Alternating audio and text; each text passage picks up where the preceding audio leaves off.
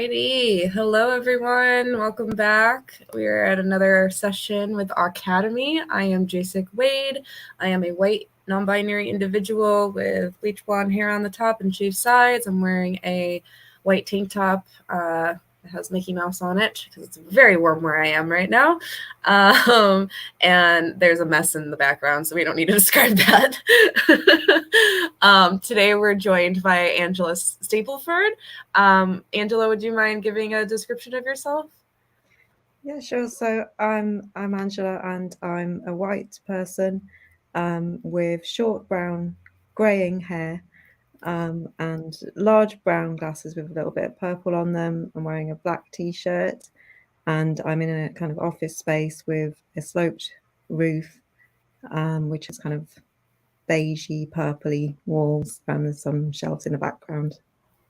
Awesome, thank you. And Ben, we're joined also with Ben here. Do you want to do? Yeah, I'm Ben Usher-Barris. I'm a white, young, autistic, sexy potato. I'll not use my filter today for a change. I'm wearing gaming headphones, a navy t-shirt with Marvel on it, in front of a bookcase of cool stuff. Nice, very nice. So our tradition here is to start off with Angela. Who are you, and what are your dedicated interests right now? Okay, so I'm a writer and co-founder of an organisation called We're All Human, and we campaign for digital accessibility. And I'll say more about We're All Human later as well. As well as writing for We're All Human, I'm a copywriter, so I do freelance self-employed work. Worked in a lot of different industries and roles in my life, and I found that actually self-employment works best for me. A lot of workplaces that I've worked in before I've struggled with, probably because I didn't know I was autistic and the setup just wasn't working for me. But I often felt like I just needed to move on. So, but the good thing about that is it's meant I've had a lot of different experiences. I've worked in art galleries, I've worked as a photographer, I've worked in print and publishing industry, I've worked as in social care, worked in retail. My best job actually was in a rock shop, which maybe sounds more exciting than it is, but it was a good job because I was just sitting all day in a room full of rock, which is like these kind of sticks of sugar, basically. really unhealthy tourist snack that you get in seaside kind of resort towns. And I grew up in the Isle of Man, which is, I don't know if you know of it. It's a very, very small island in the middle of the Irish Sea. I feel like I'm kind of rambled off my point quite a bit. You're great, though. That's great.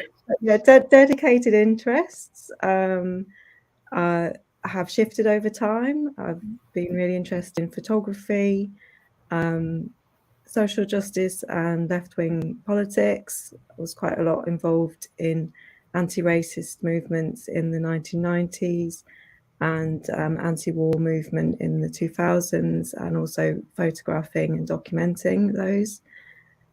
Recently, my main dedicated interest for my spare time is Scottish history and creative writing. So I'm also writing a novel, which I've been writing for about 5 years, and I don't think I'll ever finish writing it.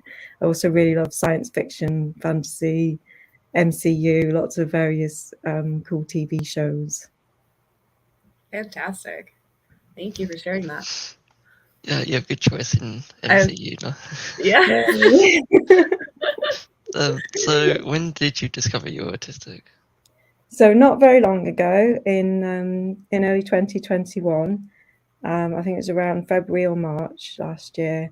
And it's strange because it feels like it's been a lot longer than that, because the amount of sort of self-discovery over that year has been so dramatic that it feels like it's been longer than a year.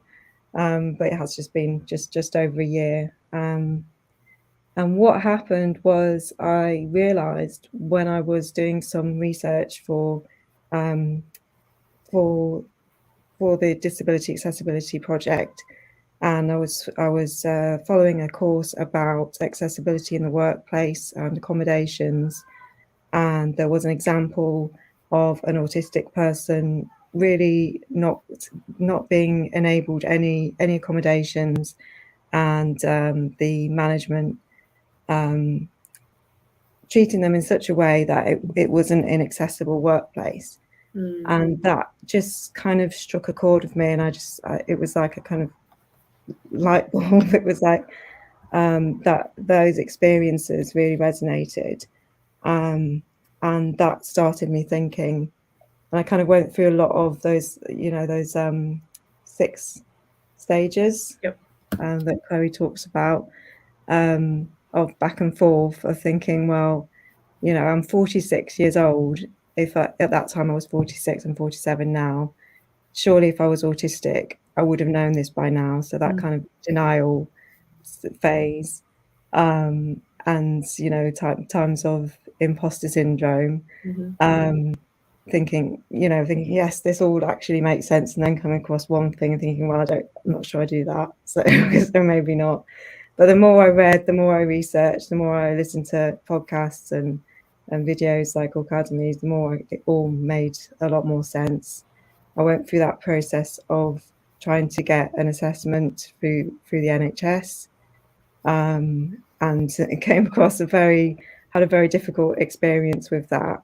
It turns out, I think when you look at the guidelines for the NHS and for organisations like the National Autistic Society in the UK, that it seems pretty straightforward. You talk to your GP, you tell them why you think you might be autistic, and they should then refer you for an assessment. And you would expect there to be a long waiting list, but actually when I spoke to my GP, they said we don't have any adult assessment routes in this region at all.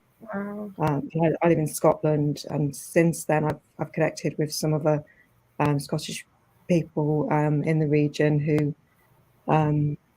have tried to get assessments and have been told the same thing. There's just nothing available. At the time, I went on to a chat with Scottish Autism on their website and asked them if they had any advice on how I could get an assessment. Basically, my GP said you could just go private. That's your only option, really, which obviously a private assessment is so expensive. Yeah. Scottish Autism said, actually, your GP is wrong. There are other options, but they're just maybe not willing to follow them through because it will cost the area. It will cost them money. They could refer you to another area outside their area, but they weren't willing to do that. I went back to the GP and they said no, they wouldn't do that. In the meantime, they had actually referred me to the community mental health team because I didn't ask for any referral for any mental health support, but they were like, oh, she's asking for an autism assessment, but let's offer mental health support. And I thought, well, I might as well accept that offer because it's always useful to get some mental health support. But it turned out it wasn't so helpful at all because it wasn't what I needed. So eventually I decided that I would pursue a non-clinical assessment approach, which is a lot cheaper option for a private assessment in the UK. I managed to just spend my savings on that and had an assessment in September last year with somebody who's autistic themselves, a real expert on the autistic experience. And they confirmed that I'm autistic, which at that point I was already pretty sure that was the case. But I was still kind of shocked when they said I'm 100% sure that you're autistic, because I still had that kind of like, are you really sure kind of feeling. It's hard to kick that. Absolutely. Yeah. Wow. What a journey. Well, thank you for sharing. And congratulations. Yes. Yeah. And I think really that because before I had that assessment, I'd already watched quite a lot of Aucademy's videos, and I think I was looking. I think it's a good time in a way I felt that kind of anger and grief at a long time of not knowing how to support myself as an autistic person. But I also felt that this was a good time to find out you're autistic, because there is the autistic advocacy movement is really so much more there now than it was a few years ago. And I think I was quite lucky to come across sites like Aucademy quite quickly and get to that point of autistic pride and autistic joy a lot quicker than I would have done otherwise.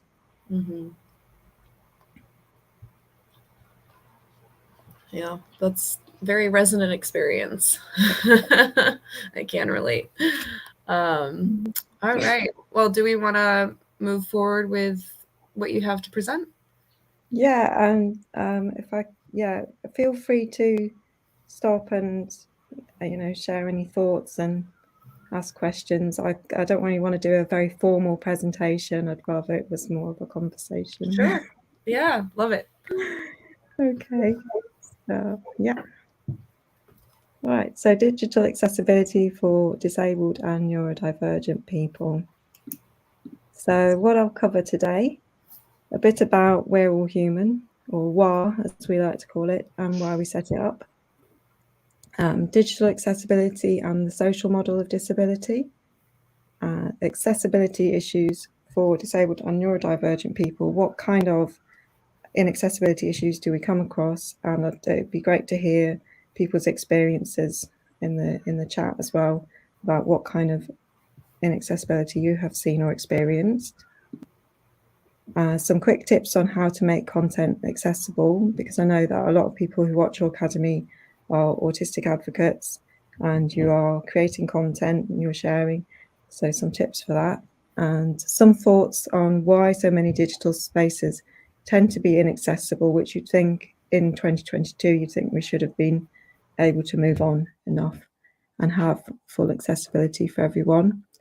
And obviously, if people have got questions, I will try my best to answer them. So I'll say a bit about We're All Human. So back in 2020, I reconnected with a friend of mine called Sabrina, and we had been friends for quite a long time, nearly 15, at least 15 years ago. We were studying photography together, and we had actually fallen out of touch. But then during the pandemic, Sabrina set up a film club where we watched a film in a group.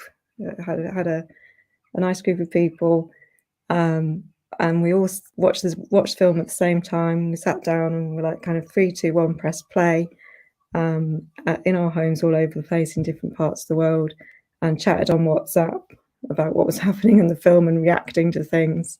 And we watched some great classic films. We watched some very silly films as well. And that was really nice. But during that kind of time, I'd started working as a freelance copywriter, and I knew Sabrina was working as a designer, and we were sort of collaborating a bit on some work. And we also got started talking between us about disability justice. Sabrina's deaf and hard of hearing, and she had experienced quite a lot of ableism in the design industry. What she had experienced was that she was working in workplaces where people valued diversity and inclusion as concepts, but when it came to pointing out, say, a design was not accessible, people were very defensive, and it was as if they didn't see disability as part of that wider picture of diversity. And we were talking about our own experiences of disability at that time. Although I didn't know that I was autistic, I had known I had a late diagnosis when I was 40 of a visual difference, that I don't have full depth perception. So when it's something that's quite hard to diagnose and to notice, so I had gone quite a long time without knowing that I had this issue, and that I think that affected my coordination. So when I got glasses that correct it with prisms, I was like, this is what the world looks like. It's very different actually from what I've been seeing. So we kind of connected about that, and we started to talk more about making a difference, about getting accessibility to be more a focus for designers, because I think what we talked about was one of the problems was that it was not a priority. It was at the end of the list. Yep. You would think about accessibility as at the end and tack it on, which is not helpful at all. So I should actually describe the image on the sides for people who can't see them. So we've got 3 photos of Sabrina, myself, and Mark, and we were kind of trying to be models to model our t-shirts on these photographs, which we're not professional models, so the results are kind of mixed. Sabrina is on the, I think, on the left of the screen. My coordination is a bit find it difficult. So she's a brown-skinned woman with nearly shoulder length, brown wavy hair and brown eyes, and she's wearing a black t-shirt that says "I'm a disabled designer" in white, and she's wearing a red beanie hat which has got the sign symbols of hands signing the letters WAH for "We're All Human." And then next to that there's a photo of me when I had long hair.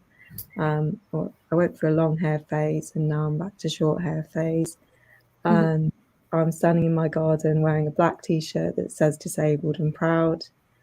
And then we've got Mark, and Mark is our kind of, he helps out with a lot of the technical aspects, whereas me and Sabrina have lots of ideas and we get carried away.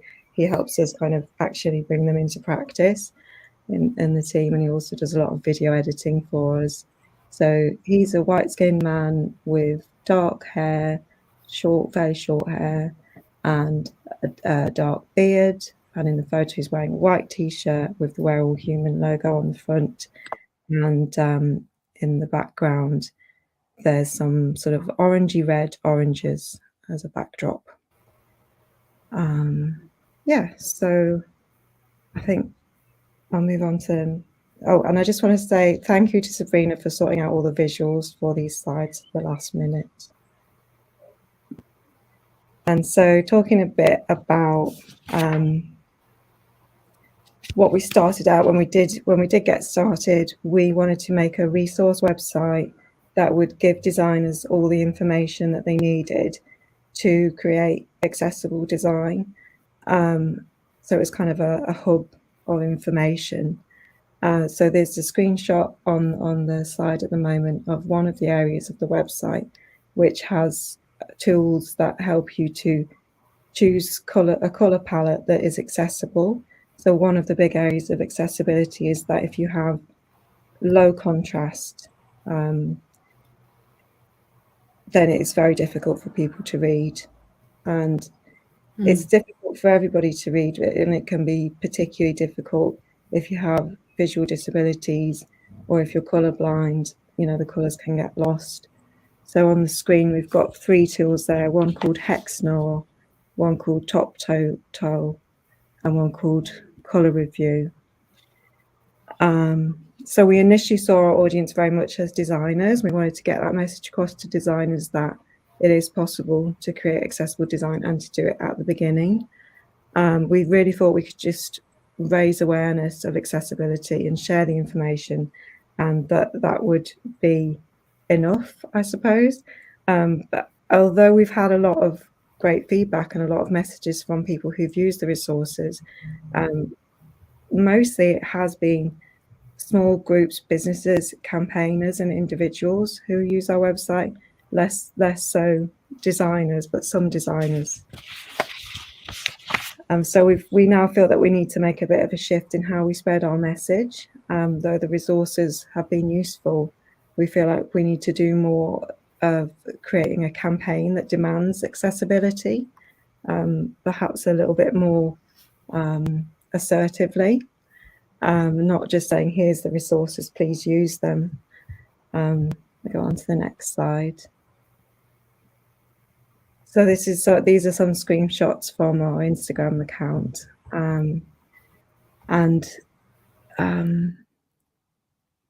So we want to create more of a space for disabled and neurodivergent creatives and advocates to represent themselves, and to make that kind of message more, yeah, I think I already said assertive. Yeah. So looking at the screenshots here, we've got some white text on a red background that says no disabled access, and that's a post that we have created recently. We wanted to call out and ask people to share their experiences of when they have come across inaccessible digital spaces. And so if you want to share any experiences that you have, obviously you can share them in the session we have now, but you could also go onto our Instagram page and click the link in the bio. There's a form there, and we want to share those and sort of compile them, possibly to put them into a book. And also the images there in the middle, there's a photograph of a designer called Jessica Odie, and she sent in a picture of her wearing one of our t-shirts, so we shared it, and she's wearing a t-shirt that says I'm a disabled designer. And then we've got an image of somebody holding up a We Love BSL placard at a rally in Trafalgar Square, and that was from recent protests to ensure that the BSL bill was passed to enact to make BSL, British Sign Language, a recognised language. So now to have a think about, sorry, is there anything you'd like to say? Or I was just like showing appreciation for getting BSL recognized. I didn't realize that wasn't already established, which is surprising. And even here in the United States, like ASL is absolutely recognized, but they don't offer it in schools. I remember being in 6th grade and wanting to take American Sign Language because it fascinated me. And I thought, I mean, at the time I didn't think, oh, accessibility, like I could talk with so many people who live here, but they only offered Spanish and French. So naturally I chose Spanish because that was the closest thing to, like, I mean, I know there are French people here, but there's a lot of Spanish speaking individuals in the United States. So we went with that, but I just like, I would rather have, anyway, I'm going to go on a rant, but that's awesome. Like, I'm glad that that's happening finally overseas. Yeah, because I think one of the differences will be that it will be pushed at that it is available in schools, because it isn't seen as something that is a priority. And I think that's something as well. When I was younger, I thought it would be nice to learn BSL, but it would be an extra course. It would always be, it wouldn't be something that you would get offered in mainstream school. Like, it's not just for deaf and hard of hearing. Like, we can all benefit from having another way to communicate with each other without using mouth words. Like, it just makes sense. So I don't understand why we're so far behind. Yes, it's shocking. Actually, it's really shocking when you realize it took till for it to be recognized properly. Really, yeah. Goodness. Anyway. Okay. So thinking about then the social model of disability and digital accessibility, and I think probably on Aucademy, you've talked a lot in different sessions about accessibility and about the social model of disability. So perhaps I don't need to say too much about that, but yeah, just to say that when we're advocating for digital accessibility, we follow the social model.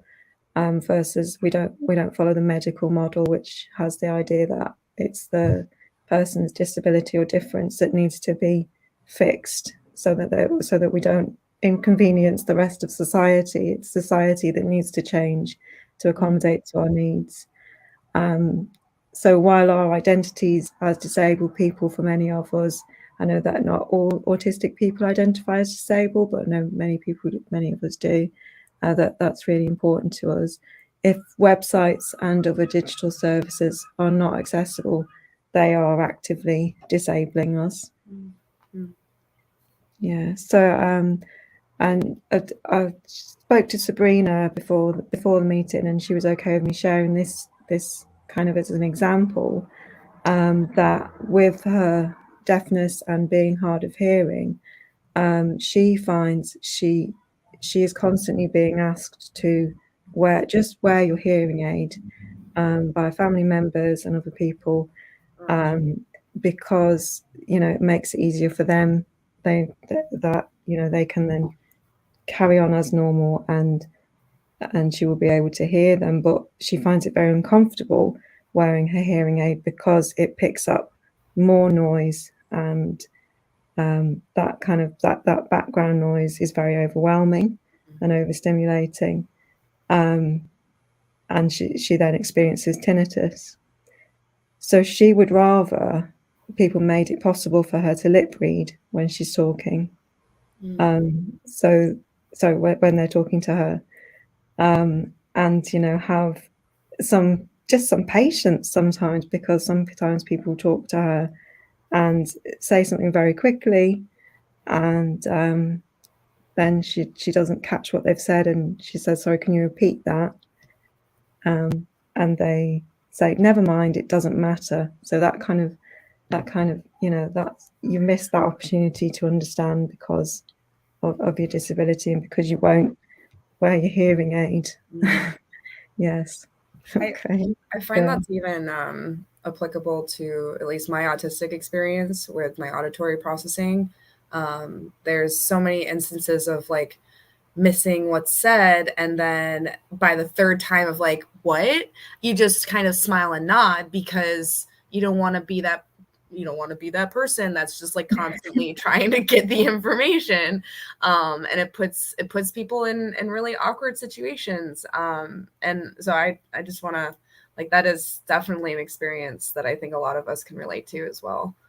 Yeah, absolutely. I often have to ask people to repeat what they've said, because sometimes my processing just doesn't keep up with it. There's a lag. It doesn't do it. Yeah, I feel you. And I think sometimes, on Zoom calls, you can put captions on, that helps. Yeah. You can't put captions on people in real life. If we could, I would have it on constantly. Yeah, absolutely. Okay. So thinking about what is digital accessibility specifically, because I think everybody watching is probably aware of the idea of accessibility. We talk about accessibility in terms of making sure autistic people can access education, both in the physical things of getting into the building, but is the way the curriculum is delivered, is that accessible? Is the curriculum itself accessible? But then, so when we're talking about digital accessibility, it often refers to making sure all digital spaces are accessible for everyone, and that our different needs are considered in the design and creation of digital spaces. And so this can include the internet, apps, video gaming, accessing any content and services online, for example, attending meetings via video calls. I don't know if you can think of any other examples. That's all I could think of. No, I think that covers it. Yeah. So, and obviously digital technology, captions in real life for the win. Yeah. Love it. If only. Obviously digital technology now has a bigger impact than it did, a decade or two ago. And if we can't access digital services, we're at a serious disadvantage. We can get cut off from all kinds of aspects of life. And I think that really hit home during the pandemic. So I think, you can think about digital accessibility also being in terms of children who are homeschooling. Do they have access to a computer or a laptop to have access to any of the homeschooling materials? Accessible design thinking. So This is a quote from Laura Kalbach from Accessibility for Everyone, which is an ebook, which is really useful. To improve the experience for everyone, we can focus on the usability of the web across 4 broad parameters. Visual, make it easy to see. Auditory, make it easy to hear. Motor, make it easy to interact with. And cognitive, make it easy to understand. So sometimes in accessibility training, I suppose this is a little bit of a trigger warning, actually, that if you want to look further into accessibility information, you might find a similar list to this, but instead of talking about putting the emphasis on the designer to make those things easy and make them work, the emphasis turns into a list of different types of disabilities and classifying those types of disabilities into visual, auditory, motor, or cognitive. And sometimes you'll see a list that adds neurology, but that's not always added as well. And I think that that kind of approach, it's in danger of going back to that medical model, and it's a bit simplistic. There's often, we've often got an overlap of needs. We might have multiple disabilities and neurodivergences that can affect us in different ways. And it's also a bit pathologizing to take that kind of approach and reduce us to a list of deficits, rather than to focus on how the environment and society is disabling us. Mm-hmm.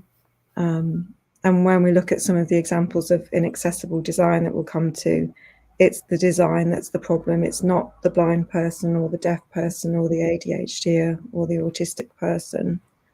So with the approach that Laura Kalbach takes, I think that's a much better approach that focuses on how do you make designs that are accessible rather than focusing on what's wrong with people.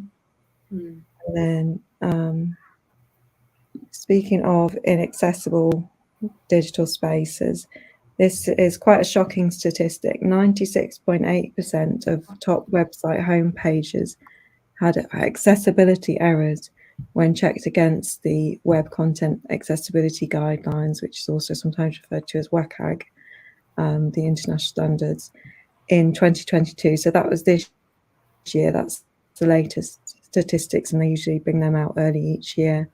That you can find information about that on the WebAIM website, and that is down slightly. So in 2021, 97.4% of top website homepages had accessibility errors, and that's quite basic things like having not having image descriptions or alt text, so that somebody who's using a screen reader can access information that is in an image, and sometimes putting text in the images so that instead of having text in an accessible format on the website page, it's embedded in an image, and somebody with a screen reader can't access that. That is such a high percent. Wow. Yeah. Like, I knew it would be bad, but I didn't know it would be that bad. Yeah. Wow. Would you say these errors are more because people don't know how to make things accessible, or because they don't want to or can't be bothered? I think it's a bit of both. I think that there's a lot of people out there who would have good intentions and don't realize that they're doing it wrong. Yeah. And the information isn't necessarily prominent enough that those things are needed. I mean, thinking about myself, maybe about 6 years ago, I started a blog about vampire fiction. I think it was long ago. It was about 10 years ago, actually. And I had no idea about accessibility, so I'm sure if I dug that out now, it would be an inaccessible mess. Yeah. And I also had another blog about books and reading, which I have gone back since then, and I've done a bit of an audit, and I've made some improvements because I became aware. So I think that there's that kind of element of the democracy of the internet, that pretty much any of us can make websites, and we will make mistakes. But looking at this statistic, these were sampled from top websites, so not small blogs by individuals. That they're looking at big organisations, and so I think that there's a problem. There's a problem with attitude there. There's ableism, that it's not seen as important. The needs of disabled people and neurodivergent people are not on the radar of those organisations, which is a huge problem. Right. And they're excluding huge numbers of people. Yeah, absolutely. We got a comment here with Chloe. I had to do a number of trainings, examples, and SPCC safeguarding, and my screen readers wouldn't work on it. And I sometimes need this to help me process what I'm reading.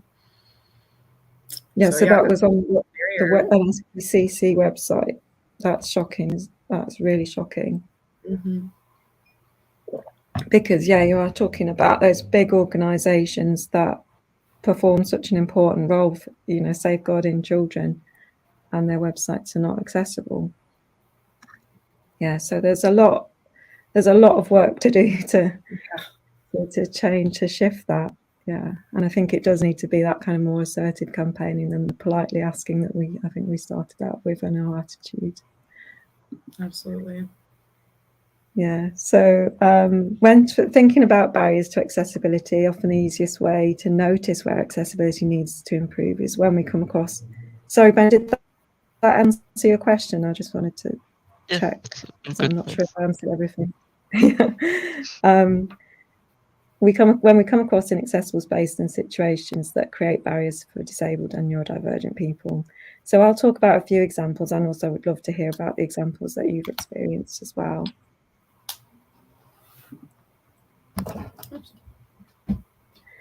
So one that happened to me recently, when an organisation has an online chat facility, but they can't deal with your query and tell you to phone instead. So you think, okay, they've got an online chat. I'm not sure whether that started out as an accessibility feature or maybe a way to ease pressure off their phone lines. But when I see an online chat facility, if I've got a problem that needs sorting, that's where I would definitely go to first, because I hate phone calls. I'm better with video calls, but speaking on the phone is very difficult. Mm-hmm. But so often when you go onto those online chat facilities, they can't actually help you with the problem. That might be a bot actually that you end up talking to. And then if you do get to talk to a person, there seems to be a limited number of problems that they can actually help with. And you might be on that chat for a long time, going through a lot of security questions, and then approaching the problem and then being asked to provide lots of information. The one that I had the problem with Scottish Power, I had to send photos of my meter and everything. And then at the end, they just said, yeah, this is not something we can help with on the online chat. You're going to need to phone. So, of course, for me, with difficulty with phone calls, that then becomes something I'll think about. Maybe I'll try and do that next month when I'm and how I hope that I'll feel better about it. And I'll have to steal myself, or maybe get somebody to help me with it. Another one is videos that don't have captions or transcripts. So obviously that is going to cause a problem for people who are deaf and are hard of hearing, but also, as we mentioned already, it can really help us with processing with autistic people. Mm-hmm. Websites that use overcomplicated language and writing styles. So that's a big interest for me, as it's the writing side, and I think it's something that happens a lot, that you'll see overcomplicated language and really long sentences, really long paragraphs. There's a really useful tool called Hemingway, where you can copy and paste your text in, so you can check if your sentences are too complicated and difficult to read, because that's going to create processing issues. It's going to be really difficult for dyslexic users. Usually the broad rule is 15 to 20 words is the maximum before it gets too difficult to read. But recently I actually saw an accessibility statement by a large corporation, very large corporation, and the first paragraph had a 40-word sentence in it, and as well as being that, it was very structured in a very difficult to understand way. It was just like, what what are you doing? Wow. This is something that's very curious for me, because growing up, I was the run-on sentence person. Like that was just how my brain, how it's wired. And so going through schooling, learning to be more concise and direct with what you're trying to say, like I never, like it makes sense now putting it in this way, but like I never thought about how my own neurodivergence could also be inaccessible, to others' needs. So like being a writer and like trying to be an advocate and have my own business, like this is really educational. Thank you. Like, Great. Yeah, I mean, I think also it's really important to say that it's not about judging people, because we're all in a process of learning. And yeah, I think, if I look back at my old blogs, and I expect there'll probably some pretty horrible long sentences in them as well.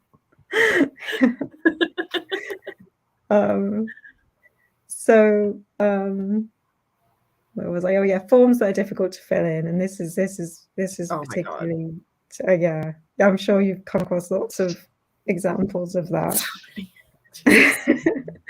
But things like, forcing people to do unnecessary tasks that's just going to add to cognitive overload, and that sometimes are just going to be completely inaccessible together, like those capture things where it asks you to say how many pictures, or click on the pictures where you can see a bus or a bike or something. And sometimes I'm looking at those images and I'm like, I cannot tell which one of those is a bus or whether it's some other kind of vehicle.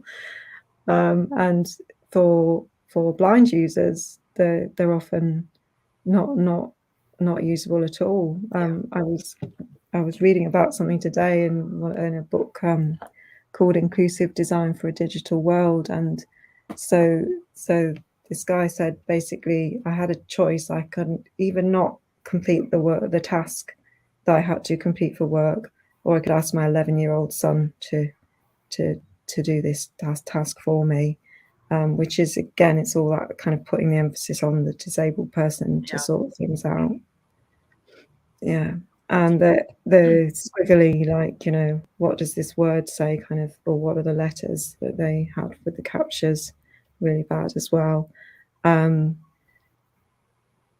Getting a security code from a text message, and if you're doing something on your phone and you need to then memorize that number and put it into move across, and sometimes you have a limited amount of time. Right. All of these things could be designed to make them so much more accessible.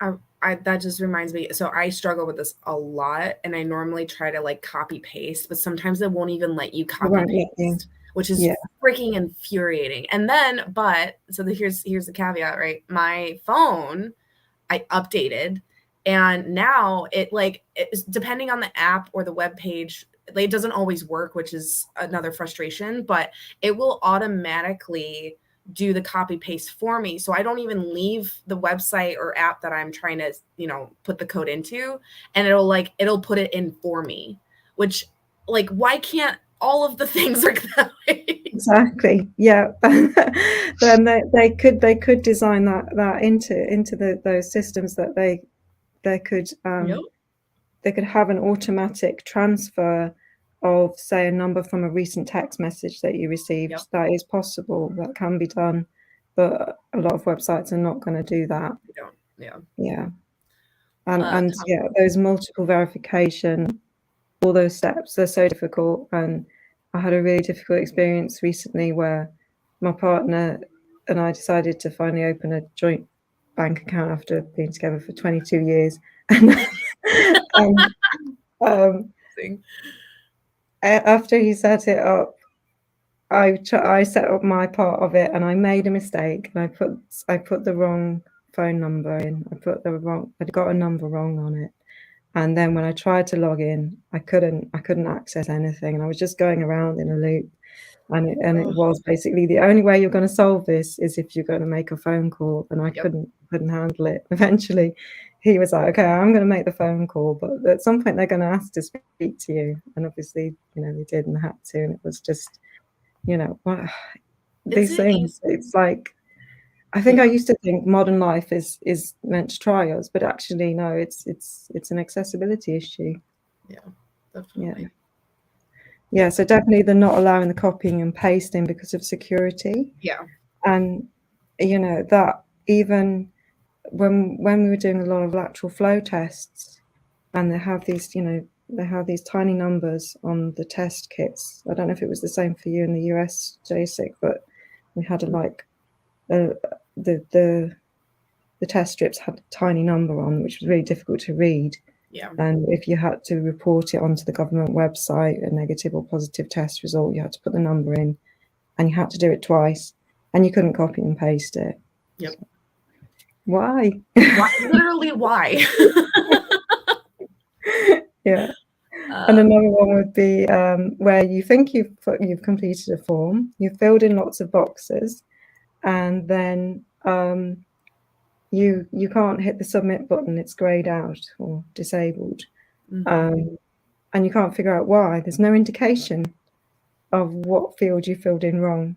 And sometimes there'll be an information tip, and that's the way that's a good way of solving that problem. But generally those kind of disabling the button because the information is slightly incorrect is inaccessible, because it also doesn't work for screen readers apparently.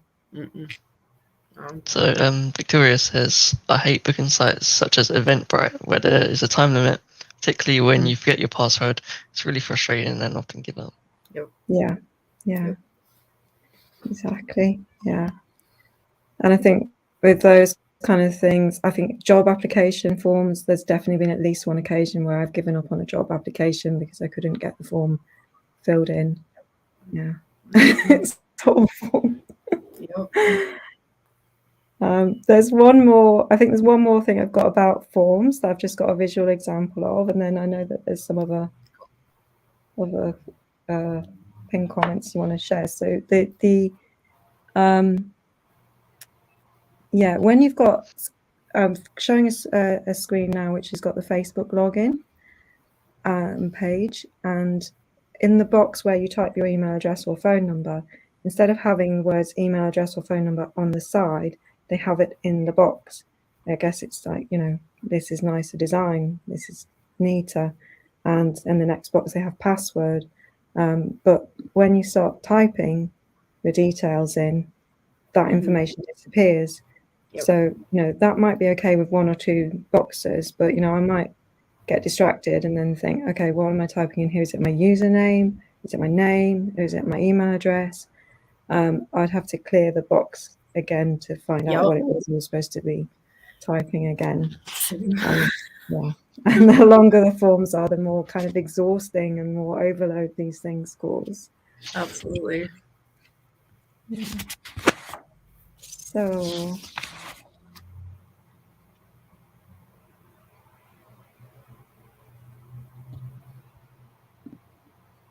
here's a lovely website. Oh my god. What do you think of it? Oh, my eyes. Yeah. So for those who can't see, this is a screenshot of gatesandfences.com, which is a really inaccessibly designed website with very, very small text, and lots of blocks of text, and lots of navigations, lots of links going off in different directions. So the kind of user experience of trying to navigate your way around that website would be awful. Yeah. So I'm not gonna. I don't think that's friendly to anybody, like at all. Like not one person. It doesn't matter what neurotype or what. Like that is just awful. Yeah. Oh my god. Oh goodness. Yeah. So I guess we'll move on from that, so we don't have to keep looking at that. Yeah. So those were just a summary of the problems with that kind of website, where you've got cluttered busy pages with lots of links sending us off in all directions. And also, as well as the text being very small, it's not broken up with subheads. There's no kind of like white space to let us kind of deal with the information. So those are some examples, but it's not an exhaustive list of the kind of inaccessibilities we might come across. Were there any other examples that people have commented? Or anything else that's come up for you? We got one. So Victoria again says, the captions on Zoom are not that accurate. They help, but there's often a lag which impacts processing too. They can be quite amusing though, which doesn't help when it's a serious topic and I end up sniggering at the mistakes. I've been there. Yeah. It's so true. Oh, I have a big example, actually. This sparked a memory. So trying to convert, speaking of Zoom, right? We have the transcript if you enable that, and then you have the video, and you have to you yourself have to combine them when you go to publish other places. Like I'm trying to upload things to YouTube. So having to do that, if you do it in YouTube, it takes I can't even describe the migraine that I get from having to do that because it is so inaccessible. So finally I found a transcript app where I download or upload whatever the video into it, and then it does its own transcription, and then you go in manually and look at it like it's like you're reading a script. It's much more accessible, but having to do that in the first place, it takes me hours for one video, and it is exhausting. It is debilitating. I feel very it's deflating because you want to put out your content in a timely fashion, and then because it takes so many spoons just to do the one transcription and make it happen, I'm so far behind on uploading content. And it's they make it accessible, but it's a surface level accessibility, like what Victoria's speaking to. And it's just we need to do better. It is 2022. We have smart people out there doing smart things. It's already in the works. We have these transcriptions already. So why can't we focus on improving them and making the integration more accessible? It's infuriating. I could go on. So it's so infuriating, and the resources are there to make those things happen. They're kind of sending billionaires up into space, right? I'm sure we can do this. And they make you pay for it. The app that I have to pay to use it, which is another barrier. Can we stop? And so because it's people like you who care, who want to make it accessible, that kind of shoulder the burden of making it work. Yep. And the big corporations are just we're getting the money, so. So Charlotte commented a few things. One, high contrast can be hard on those of us with visual sensitivities. So it'd be great if websites had options to change depending on whether you need high or low contrast or lighting. 2, apps with end-to-end encryption tend to not be able to use voice to text, which means people have to choose between digital safety and accessibility. And 3, disabled people are also more often to be living in poverty. So digital poverty should be on the agenda, what they would disabled access to. Absolutely. Thank you, Charlotte. Brilliant. That's key. Wow.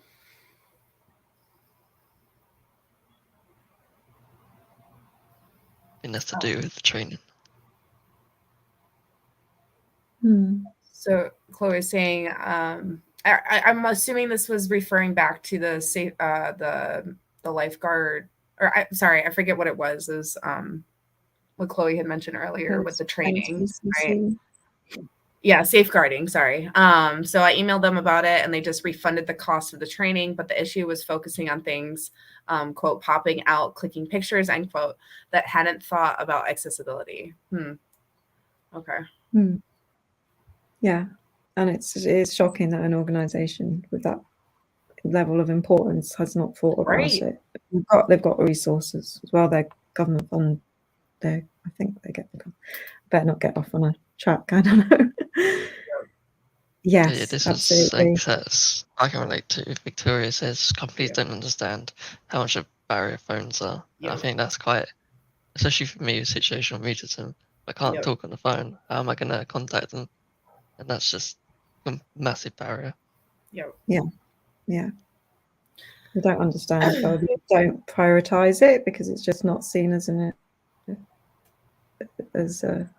priority for them. It's shocking. Right. Yeah. Oh, we have 2 more comments coming in, looks like. Yep. Justina says language inaccessibility is such a huge problem in the UK. The average reading age is 9 years of age, and the majority of information in writing, particularly in health settings, just isn't fit for purpose.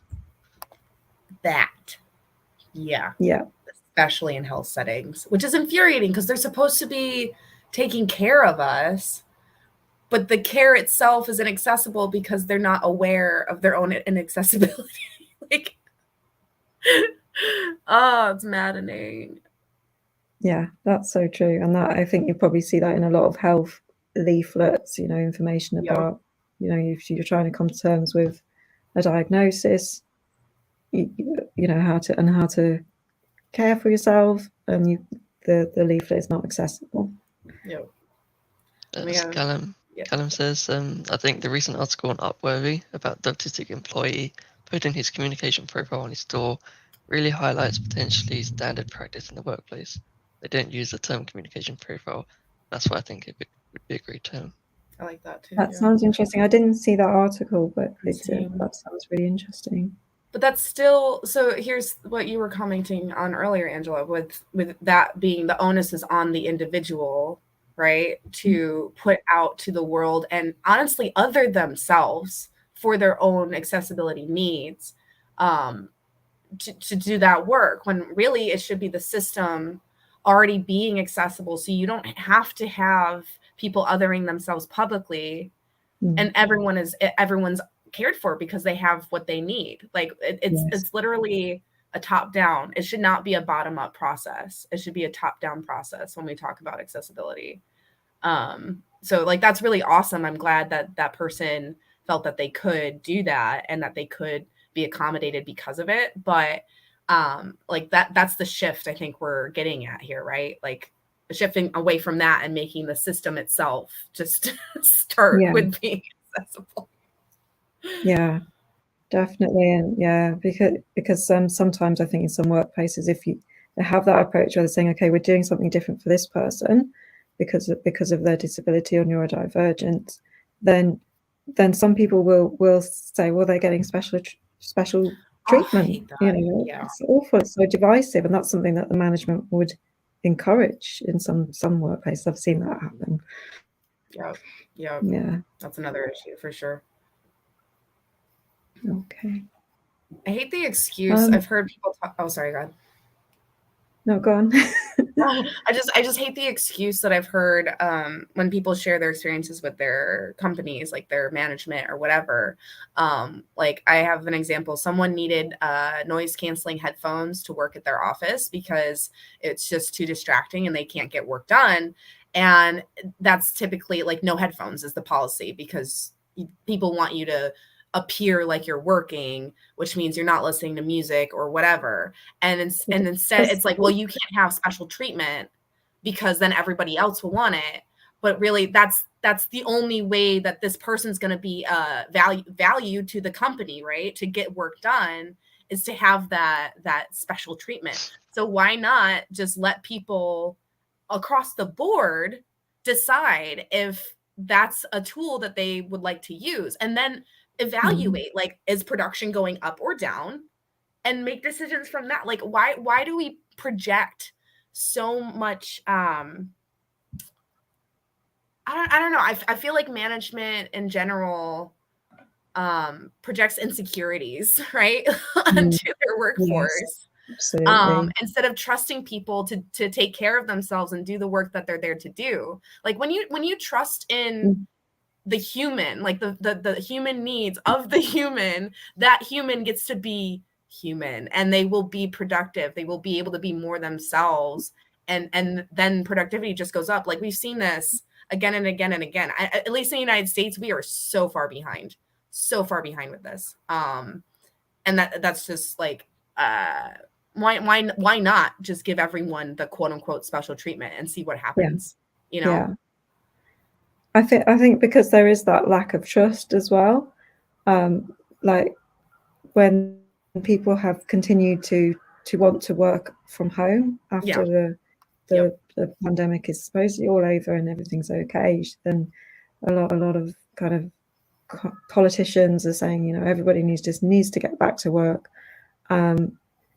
But a lot of people found that working from home is more productive, but they won't believe that because they can't see it and they can't monitor you constantly. And that's the problem, though. They're self-destructing in a way, you know.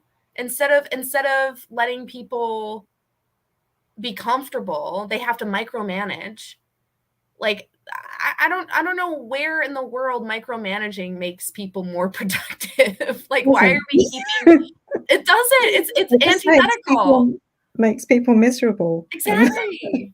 Like, I don't get the point. Absolutely. Close, but yes, I told my research team to address their neuroprivilege. I think that Comic Sans font is unprofessional when it's more readable than many typical fonts. Yeah. Oh my god. Yeah. And we've got Chloe has more I don't know, do we read that? I don't know. Do we clarify if we read our private chat? Okay. Well, it's interesting though. I'll read it. So the content on the autistic employee's door sign, I also put it in the comments for people to read. I'm autistic. I prefer direct, literal, and detailed communication. If I am not making eye contact, not greeting you back, not understanding your social cues, etc., there's no malicious intent. It is the autism. Thank you for understanding. Yeah, like that. I don't want to have to do that. I don't want to have to tell people, hey, the XYZ about me is no reflection on you. It's just my neural pathways.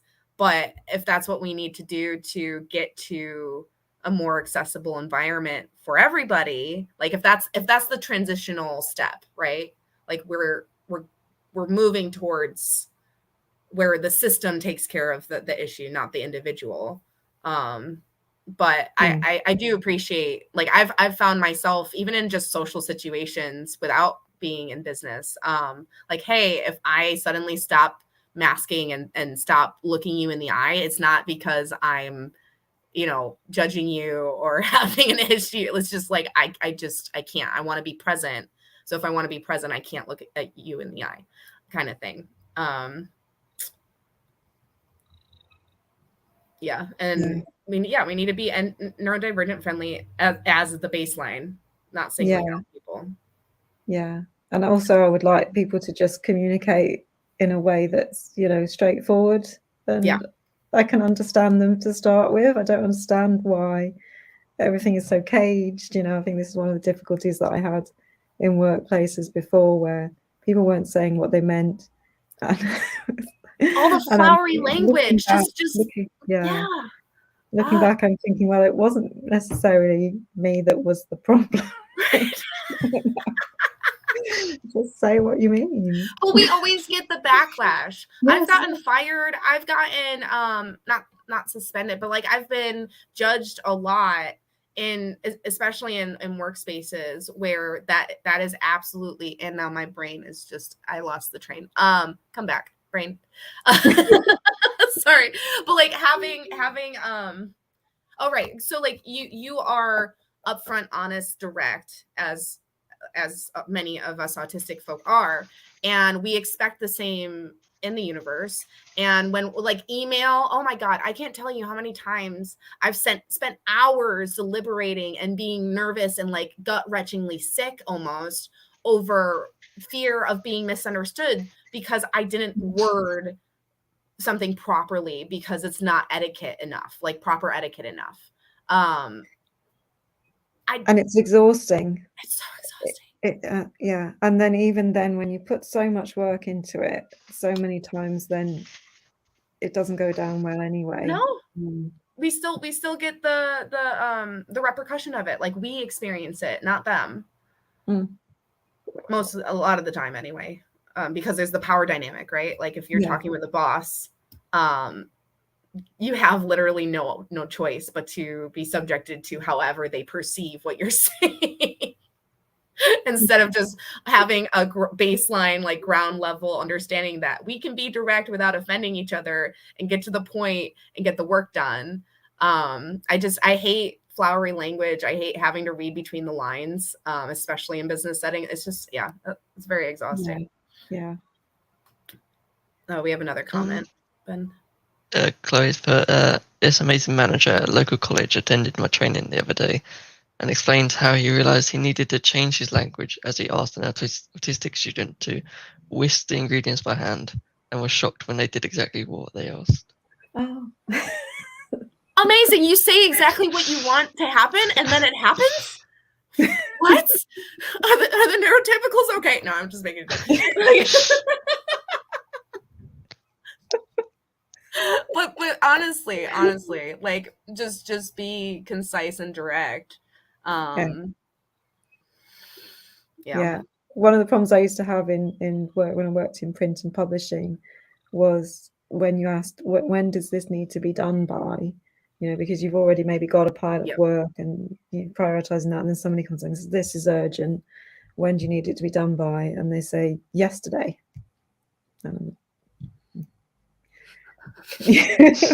Okay, I get the point. It's urgent. Now, can you please tell me when you need it done by?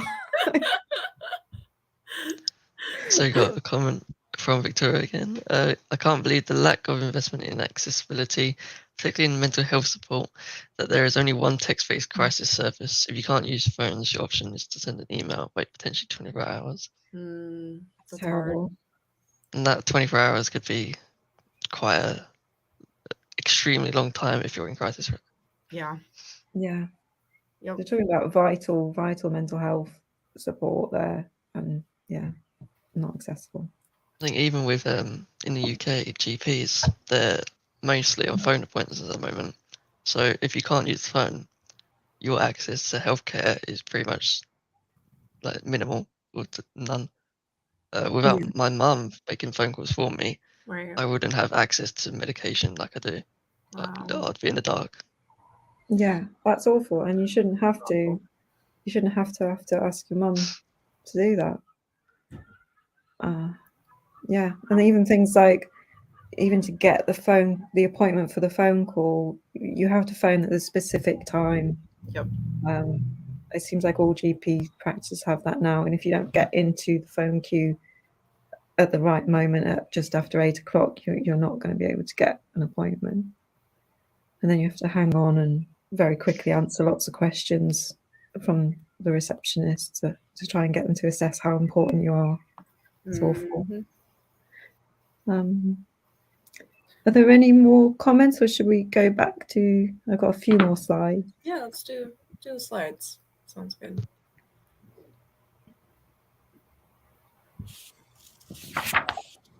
Okay, so I got some tips, and so they could be helpful for if you're creating social media posts.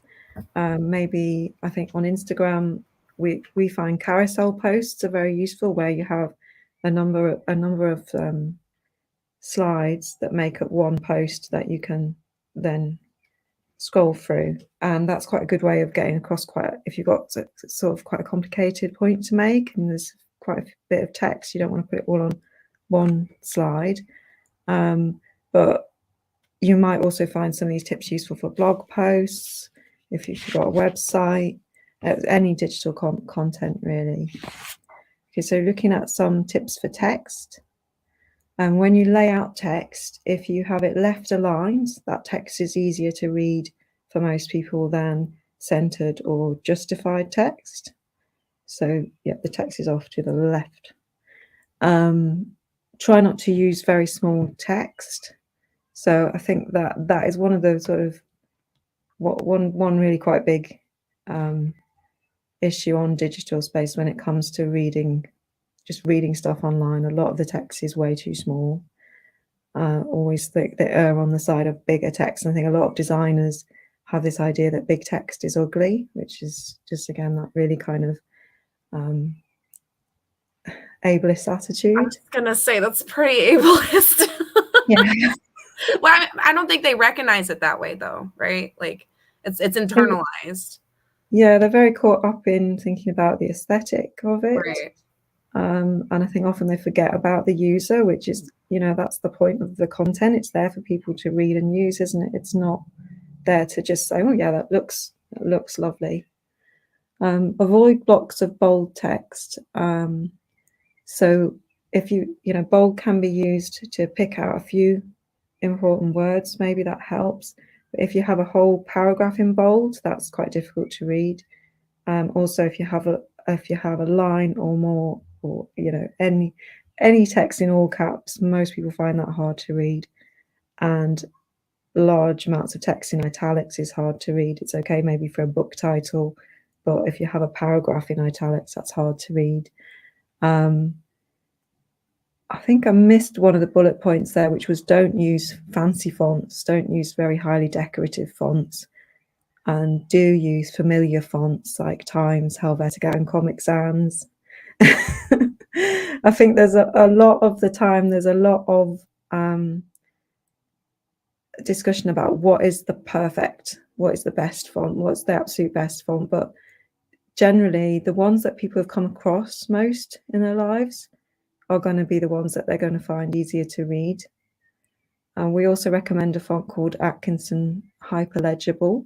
So it's been developed by the Braille Institute, and there's been a lot of work put into it to make sure that it's very easy to read. So there's different characteristics for zeros and O's, and there's different shapes to P's and Q's, which can be difficult for dyslexic people to tell the difference with, and B's and the letter B and another letter, I can't remember, that can often get confused. Is it D? D and D? Yes, yeah. So do write in short, simple sentences and use the apps like Hemingway to check for readability. I've got a warning for this slide, the next slide, which Sabrina got a bit carried away with showing something that was horribly inaccessible. So it's the colors could be overwhelming. So if you are susceptible to bright colors causing overwhelm, then or migraines, then please look away. Divert your eyes. I'm going to go to it now, so look away. And I won't stay on it for long once we're on it. So, sorry. I asked Sabrina to mock up an inaccessible design, and she went really all the way. Yeah, she really went for it. Or too much text on there. Some of it's in italics, some of it's in all caps. I think all of it's in italics, actually. The color contrast is horrible. I'll move on. So this is how we actually did set up that post. There are more slides. If you look on our Instagram account, you'll see the full post, which is made up of about 9 or 10 slides to enable being able to, talk about something that's got quite a lot of points to be made about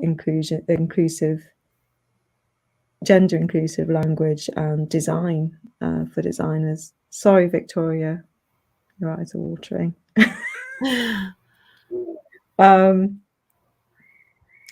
Yeah, so thinking now about colours. So again, we had that awful colour before, and I've got another side that you should look away. If this one I'd say is probably even worse than the next one, and I won't stay on it for long. So it basically illustrates the difference between colour contrasts that do work and those that don't. So on the left are the ones that don't work, and I'm going to move straight on because that's horrible, isn't it? Oh my god. Okay. Wow. I did not know my body would respond. Oh, I'm sorry. No, that's okay. Like it's just been like I was curious because it's been a while. This is taking me back to like MySpace days when people would curate their own like home pages with lots of wild, wacky backgrounds and fonts, and it kind of unlocked a core memory of being nauseated back then. Because it's been a long time since I've like subjected myself to media of that kind, and the ones that didn't work were like I felt it here, and then my body was like physically like, this is uncomfortable, like I feel jittery right now and like kind of nauseated. This is fascinating, like I'm learning about myself. I'm sorry that was great. Thank you. But it does sometimes happen when I'm scrolling through Instagram. I see posts yes. with that, and it's like, whoa. Yep. Maybe not quite as extreme as that, but yeah, we do still see it quite inaccessible. So yeah, I just wanted to share about a tool called Colorblindly, which is an extension you can add in Google Chrome, and that helps you to see the effect of different types of color blindness.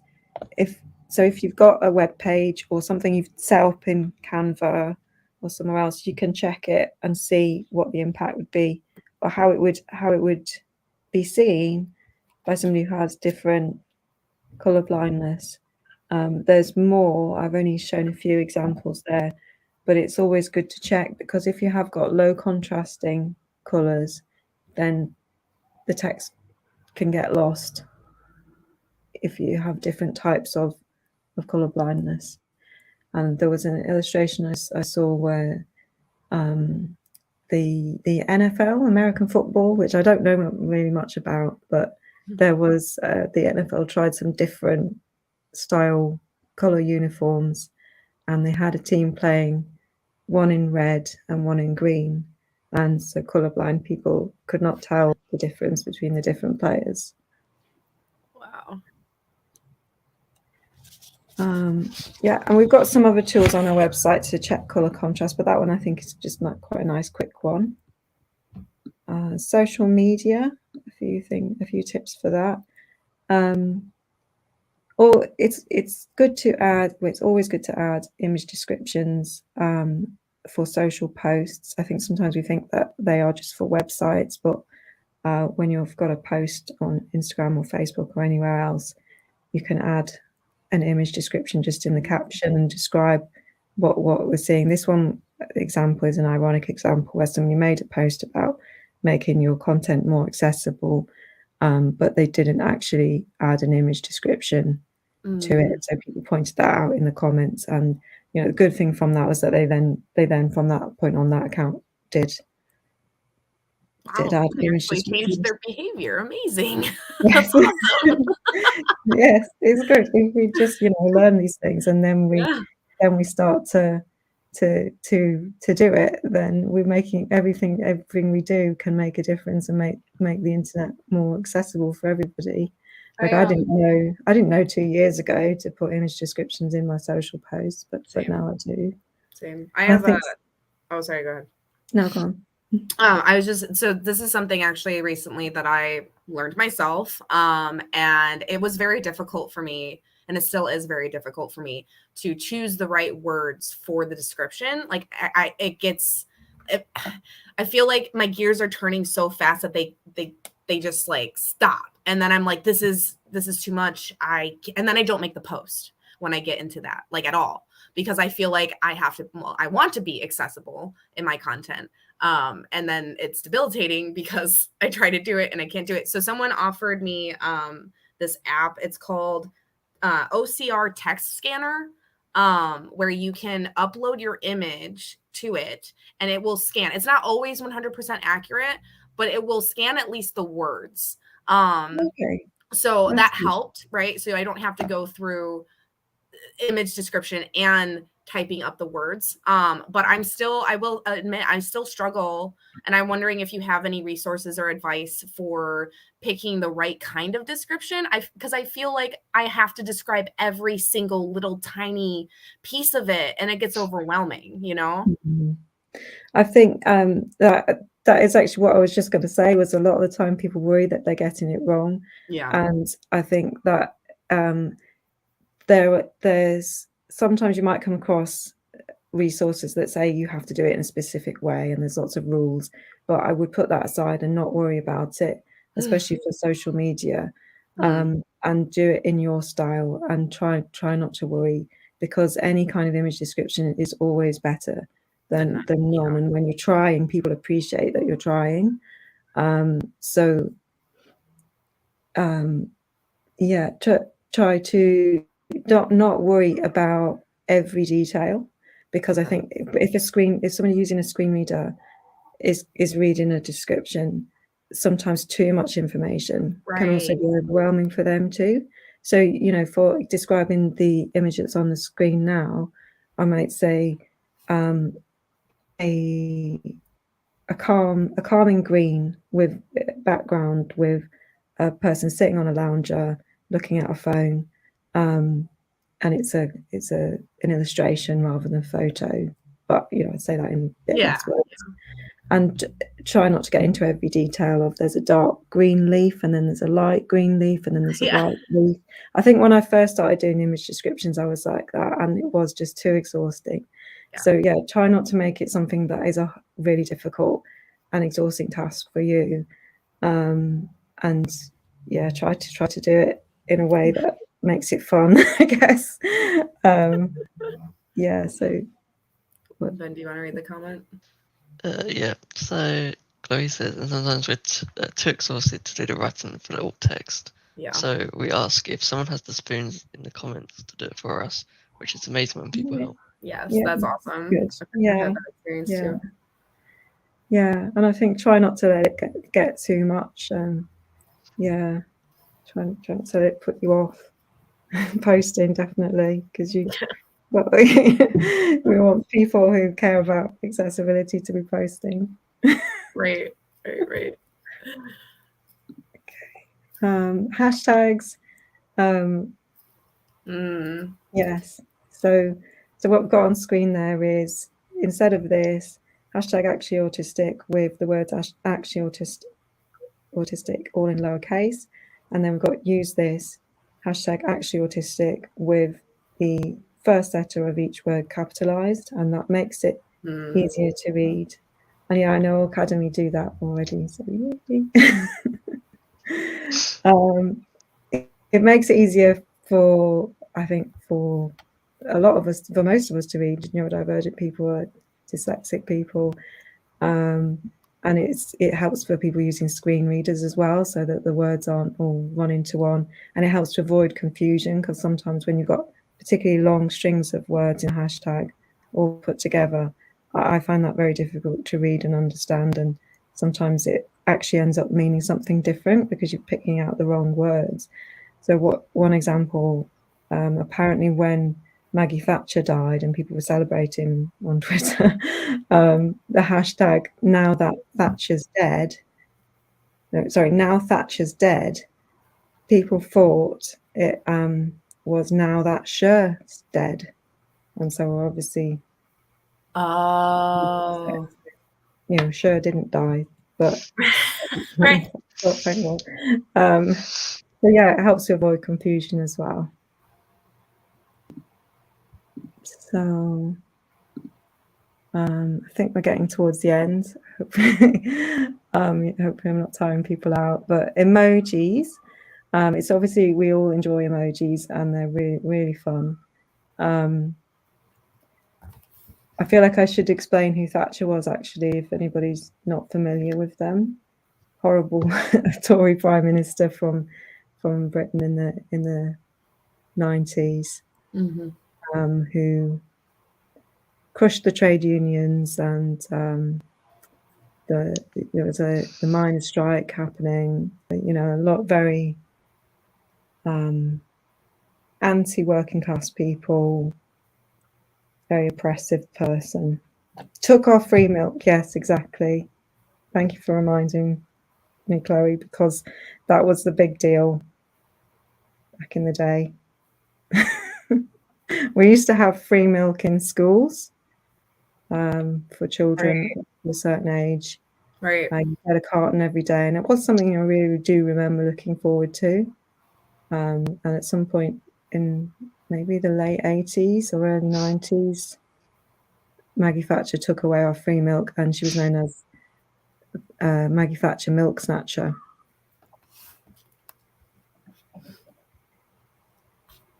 So back to the emojis. So emojis are fun, and you know, we can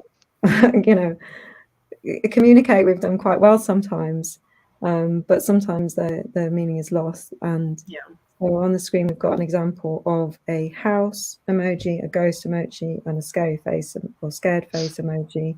And so maybe somebody puts in a caption, let's go to the haunted house, but it explains it through emojis. For a screen reader, that will then read as, let's go to the house ghost face screaming in fear. And it could be confusing.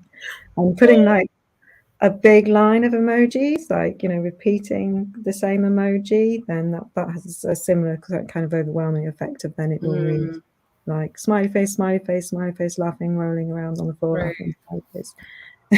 So do you suggest not using them, or do you suggest like separating them out? Like how would this like translate? I would say, yeah, feel free to use emojis, but don't replace words with them. Okay, I see what so you're saying. Maybe you could say what it is in you could say, let's go to the haunted house, and then have those emojis. Right. And just don't overdo it, and don't repeat lots of emojis one after another. Okay. We had a post about, you know, not overdoing it on emojis, and somebody commented it with like about 5 fire emojis. It's like, did you read the post? That's a little ironic. Yeah. Okay, so that's some at the end of my tips. And then I suppose I was thinking of maybe having a bit of a rant about, why does inaccessibility still persist? And I think we've actually talked about it quite a lot, about ableism being one of the main drivers of inaccessibility still being a huge issue. It's just not prioritized. Right. It's tacked on at the end. Disabled and neurodivergent people's needs are not seen as important in so many industries and workplaces, and that is what we have to tackle and change.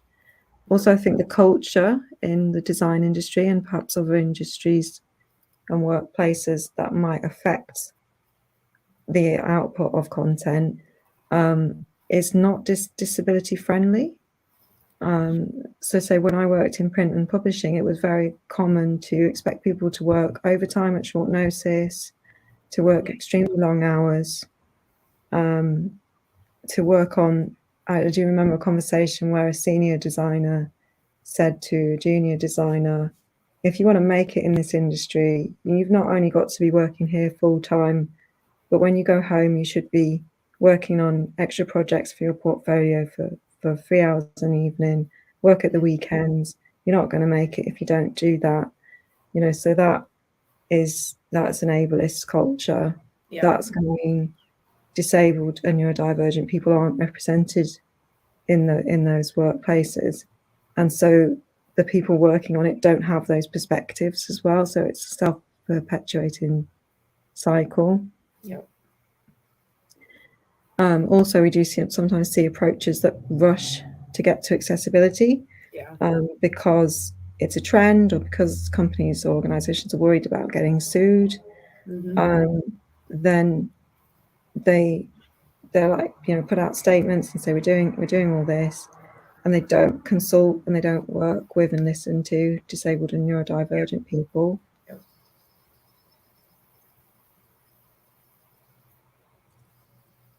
Yeah, that's very frustrating. I'm actually, like, my brother right now, he works out in San Francisco at some like DNA sequencing company. I don't actually understand his job, I'll admit, but he called me the other day because they're starting like inclusion and accessibility initiative essentially at their company, and did a little consultation about what words to use for disability and neurodivergence, and how to like communicate, we want these people here, we care, And it's encouraging because that's a big company doing the legwork, trying to figure out, all right, we haven't been doing it, but now we know there's a need, and let's work on this.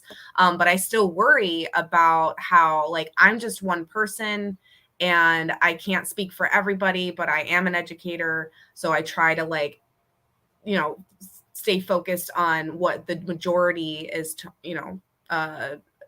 perpetuating for words and approaches to, like, communicate with us.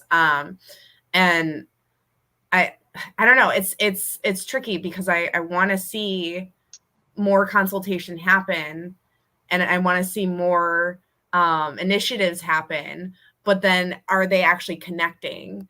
Like, I don't see that happening yet. So I completely agree with this rush, right, to, like, everybody's got to be diversity, equity, inclusion initiatives. We have to do this. We got to look good, for the public. And then they fall short of actually contributing and accommodating for the people they claim that they're trying to work for. So it's just, it's messy out there. And I see a shift happening. It's just very slow. And yeah, I don't know. I'm ranting, but that's just, I agree. Like, that is absolutely happening, where we're not, like, this is for us, by us. Like, I want more things for us, by us, to make that shift happen. And then that gets hard too, because then we're the laborers of the movement, like, that also is exhausting. So I don't know. It's like a catch-22 sometimes. Yeah. Basically. Exactly. Yeah, exactly. Definitely. It's hard. And I think that, we saw me and Sabrina saw some headlines about design trends for 2022. And one of the trends was inclusion and accessibility. And it's like, no, it's not a trend. Not a freaking trend. Jesus. Wow. Awful. Wow. Yeah, they missed the whole point. It's just flew over it. Which really scares me. It's like, okay, it's not going to be trendy next year or the year after that. Right. Right. That's something that for the pandemic, right? Like, we saw a lot of online spaces open up, and accessibility became a lot better. We could work from home, Zoom, transcripts, all these great things. My example is, I'm a fusion dancer, which is a style of partner dancing. And I also DJ for it. And we've been in this community online. Like, I finally got to cross state barriers without having to physically go there, which made everything so much more accessible. If I'm not feeling well and I don't have the spoons for whatever reason, my disability, neurodivergence, whatever, I can still have Zoom open. I don't have to be on camera. I can still participate and be in community and listen to awesome music and see people being happy and dance and all that good stuff. And now that the pandemic is slowing down and people are wanting to be out again, I am seeing that there are some spaces that are concentrated on having at least one event that's hybrid. So you have the Zoom with the in-person, and that's been amazing. But it's also there's still barriers, because people need the right equipment. People need the right knowledge of the technology and how to make it work. People have to be open to hosting that kind of thing in their own space. So I see, like, all this beautiful opportunity to be connected being taken away bit by bit as we start going back to the default, like the norm that was before the pandemic. And that scares me. I want to keep the accessibility that we gained, and we've had the technology to do for like a decade now. So suddenly, like, because able-bodied people can't go to work physically because of external forces, then suddenly everything's accessible. Like, I hate that. Yeah, absolutely. Yeah. I mean, it's happened a lot in the arts as well. There's been so many more online art events that you can participate in. Yep. And now, it's less, much less. Sometimes, yeah, like you say, there's hybrid events, but it's moving more towards now. That's done now. We go back to Yeah. Oh my God. Thank you. Whoever just Ben, is it okay? Or go ahead. Yep. Sorry. Aucademy Chloe says, until it affects the privileged, it doesn't exist. That. So much. Yeah. That. Wow. It's infuriating. Yeah. Victoria says, I was able to access live music and theatre during lockdown. That's all declined now. Knowing it's possible, then having it taken away is actually more depressing. Yes, 100%. Yep. That's exactly. I think, Victoria, I feel you. That's my experience too. Bobby says, yep, companies insisting workers come back to offices when in some companies there is no need. They can work from home. Yeah.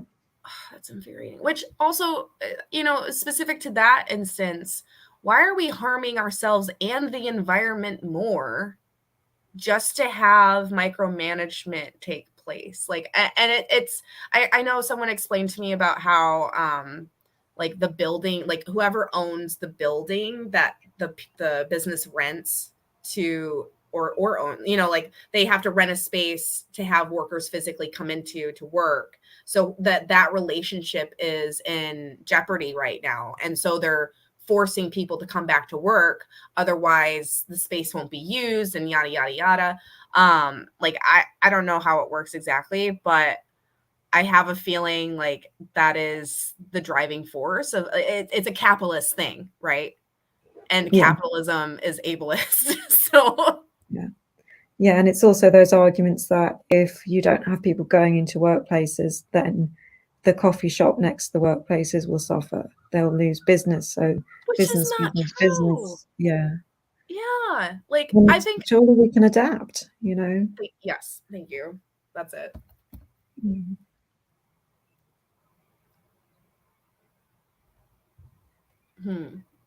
Did you catch that, Ben?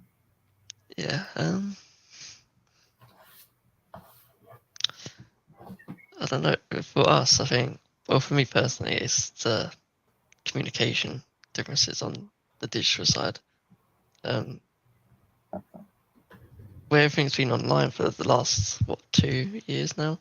Yeah. And then it's all the access to that technology has slowly improved over those 2 years, and now is declining again, like Victoria said. Knowing that that's possible, but people are not choosing to do it, or just won't, it hurts. I think what was mentioned earlier about the mental health lines, I was looking a few weeks ago, and one website had online chat for mental health services, like 24/7 chat, but they got rid of it because it wasn't used enough. Oh my God. It's the fact that they are able to have it out, but just because if more people use mouth words than not, they just won't bother to put resources into it, and I think that's quite disheartening. Wow. Yeah, very much. Yeah. That's really upsetting. Yeah, and that is ableism. Yeah. It's like, sorry. No, please. Yeah, it's like this priority is given to this is what we have decided at some point in civilization or society or whatever, that this is the way we communicate, and we know that doesn't work for all of us all the time, and we know that there are alternatives, and we know that the technology is possible. So it could become more the default if we work more towards that. Things like putting captions on video on social media reels. It started out probably as an accessibility feature, so that deaf people could access the content, but more people actually just watch their videos on silent, and read the captions, because it's actually really quite helpful in a lot of circumstances to do that. I don't think you should set out with that kind of, sometimes you get that mantra of, well, it's good to do accessibility because it benefits everybody, actually your starting point should be, it's good to do accessibility because it benefits disabled people, Yes. neurodivergent people. Yes. And if there's a knock-on effect, then the other people will start to use it. Well, they will. Yeah. You know, more people use text messaging now. Yep. Than you would have been able to imagine 20 years ago. Yeah. And I think that there are non-disabled and neurotypical people who prefer to text messages but it's particularly useful for us, isn't it, instead of picking up the phone. Yeah. So Chloe's put, I still want it to be AI that reads out the Zoom chat, etc. So it's part of the discussion. Yes. I think that's aimed a little bit at me, because in the Aucademy social on Zoom, which I help facilitate, I obviously don't really use mouth words much. So when I'm asking a question to the people, I need someone, usually like Victoria, someone to use the mouth words so people can hear it and actually understand it. And whilst there's text to speech and stuff, and there's a lot of AAC, which is augmentative and alternative communication, I don't always find that I'm not fully non-verbal, non-using mouth words, so I don't have the technology, the tablets, and all that people can use to touch and it speaks and stuff. So just for quick access on Zoom, which so many people use and should be more accessible, I don't know why it can't be a thing. Right. It's the technology's there. Yep. And it's a big platform. I just don't get why it can't be incorporated. They literally have the means because they are such a large company. I mean, the world is dependent on Zoom at this point, in a lot of ways. Like, there's no excuse really to not be looking into this and to not be executing a tool for its users. They did listen about the transcripts at least, and not making. Did they keep it a paywall? I forget, because I have an account, so I do it. But you can get the transcripts and captions on free Zoom. On free now, but it's quite difficult to set up for some reason. It's not very intuitive. You have to dig quite deep into the settings to find it, which is someone had to guide me to do it. Like I did not. My brain was like, where, why? I'm done. Like I wanted to just reject it. So I agree with that. It's not user friendly.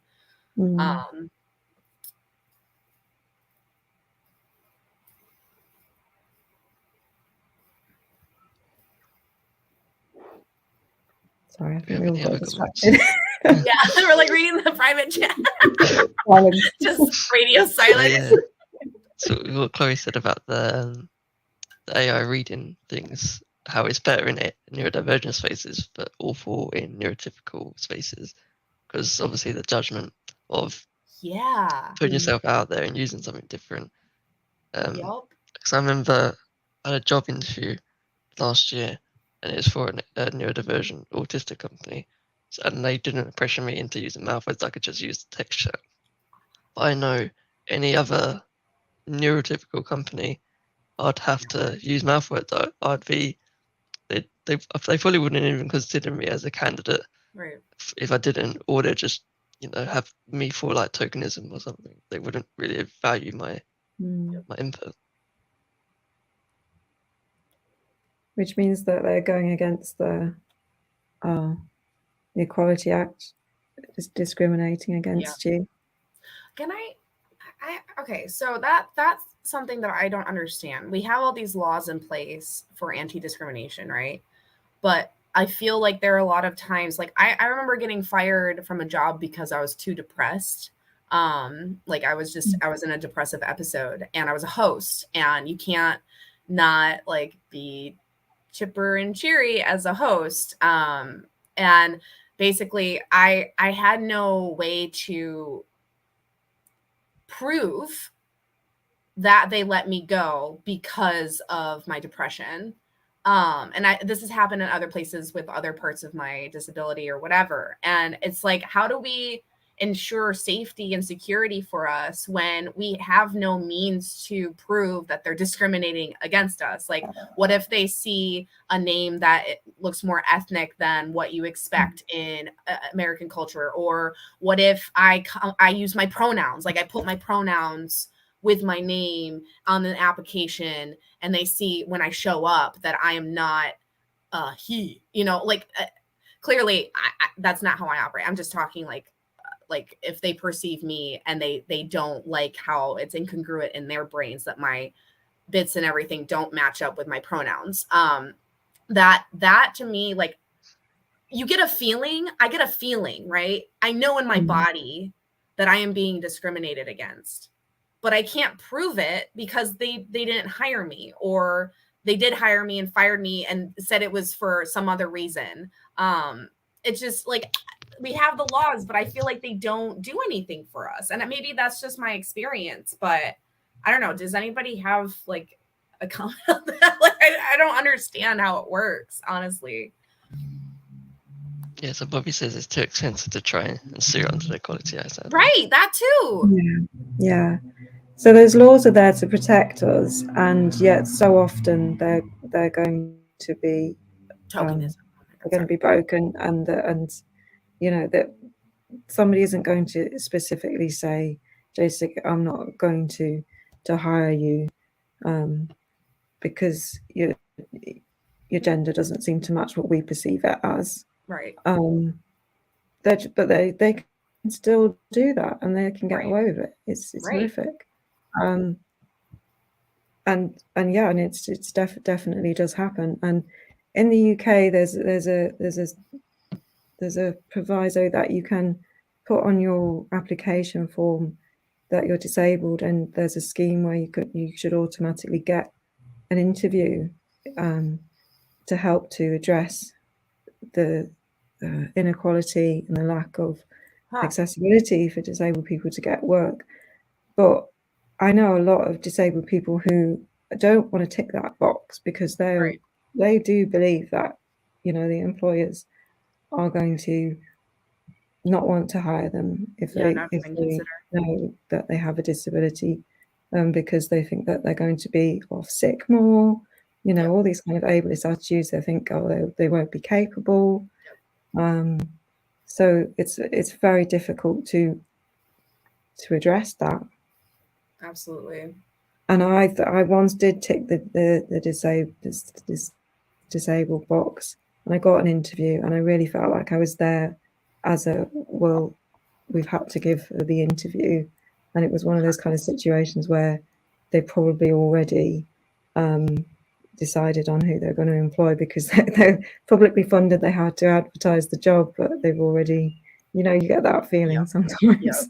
Yeah, absolutely. There's another comment. Victoria says trying to enforce the Equality Act is inaccessible and a bureaucratic nightmare. Often feels like tokenism.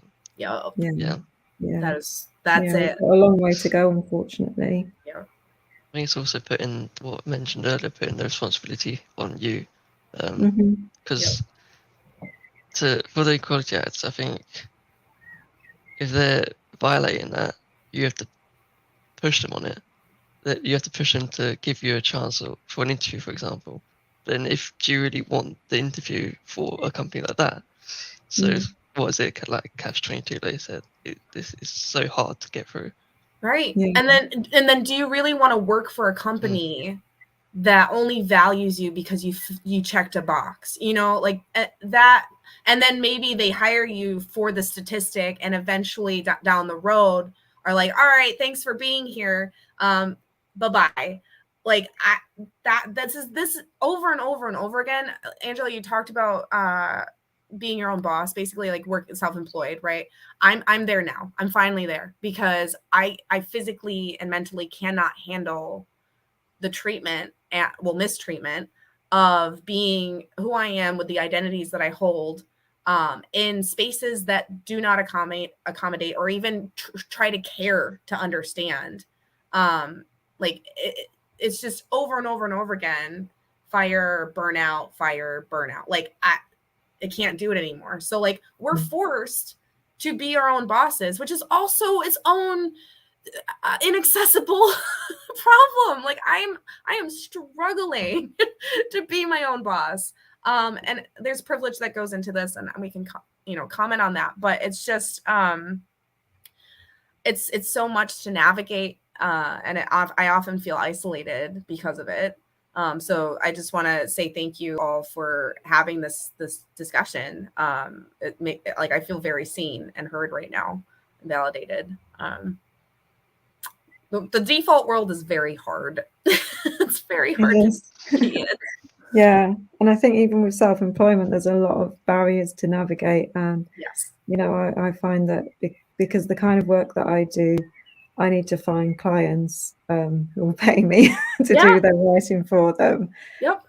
One of the benefits of being self-employed and freelancing is that if I work with a client and they are a nightmare and they're ableist, and they won't be accommodating to anything I ask for to make the work more possible for me, then I won't work with them again. And I could end up actually disadvantaging myself and turning away work, but I can make a value judgment on what is that worth it for me, right? And I can look for other clients, and if I can put on my profile as a copywriter that I'm autistic, then I hope that means I won't attract clients who are ableist. Right. And I will attract people who are good to work with, to be my clients. But it's still, there can be problems with that. Absolutely. And I see in the private chat, Chloe says it's exhausting being self-employed, but no other option. I don't interview well. Right? Interviewing is like testing to me. I can't. I'm a good student. I love learning. I love all those things. But when it comes to tests, it's like it's the context puts on the pressure, and then my brain goes blank, and I say the wrong thing, or I write the wrong thing. Like I feel you, Chloe. I think specific for the neurodivergent experience, like interviewing. I love, Ben, that you were able to not use mouth words for that interview that you were talking about. I think the world needs to shift to that as the baseline. And that's part of the neurodiversity movement, right? Where we're shifting out of pathological stuff and into where we're just accommodating for whatever reason. Doesn't matter who you are. I mean, it matters who you are, but like, it doesn't matter who you are for the accommodation. They just are there. Like who you are and what do you need? Done. Yeah. And that's just simply need a doctor's note to explain it. Yeah. Inga says, looks good in theory, but like you implied, JC, who wants to force decency? Sometimes it's best to move on. It's a shame, though. The words sound protective, but clearly there's a problem. Applies to adults experiencing employment and children, such young people in education. It's useful as a sanity check, but it doesn't prevent. Yep. It doesn't prevent the discrimination. Absolutely. Yeah.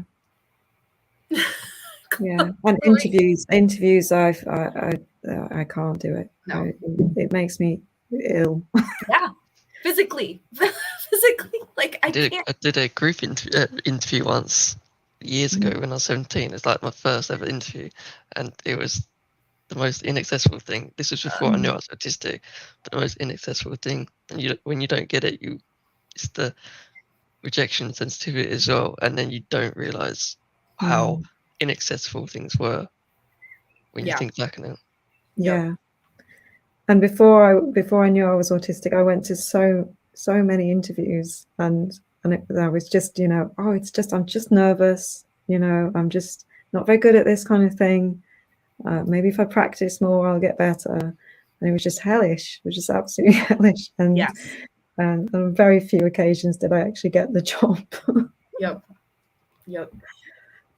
Absolutely. Ben, do you want to read the last comment that Chloe said? Chloe says, I just want to know the autistic person wants to do the thing. Yeah. Unlike NT interviews, we're not thinking about the social aspect of the person. NTs have it around the wrong way. Yeah. Yeah. It's like you have to be on this So you have to put on this performance, and it's like extreme masking and shielding to Yes. to be that right, whatever it is that they're looking for. And you have to wear something that you would never wear in normal day-to-day life, and you're so uncomfortable. I always end up with blisters on my feet after I've been to an interview because you have to wear the most uncomfortable smart shoes instead of trainers or boots. Yep. Yeah, and that just adds another layer of anxiety and distraction, right? Like having to be in form-fitted clothing, and God, I don't miss it. I don't miss it at all. The interviewing process is, like you said, hellish. I feel like I have to put makeup on, and for me, makeup is very sensory. Horrible for me. Yes. As soon as I get home from the interview, I have to wash my face because my face just feels like it's on fire and stinking. Yeah, so I think I've got like one more slide, which is very quick. So, yes, accessibility is a human right. Please, we want it, we need it. Yes. And some links, which hopefully it's possible to copy them into comments so that people can reach them. But some of the tools that I've mentioned are in there, and also some of the useful guidelines. Readability Guidelines is very useful, I've found, and the deck.com conference talks are quite useful. I've put the W3 standards in there. It's a very useful reference point for designers, I think, but for me, I found it way too technical. It's a warning, but it can be quite difficult to understand. Hopefully it's understandable for designers, and that's one of the jobs that we're doing, I suppose, is to try and make those kind of guidelines more accessible as well, so that more people can understand them. But yeah, I think that's everything from me. Awesome. Woo! Thank you, Angela. Thank you for having me. This is so informational and validating simultaneously. So thank you so much. Thank you. Just have one more question, I think, which is, what is your favorite Stim? Well, it's hard to decide what my favorite one is, I think, because for many years of not knowing that I was autistic, I repressed my stimming.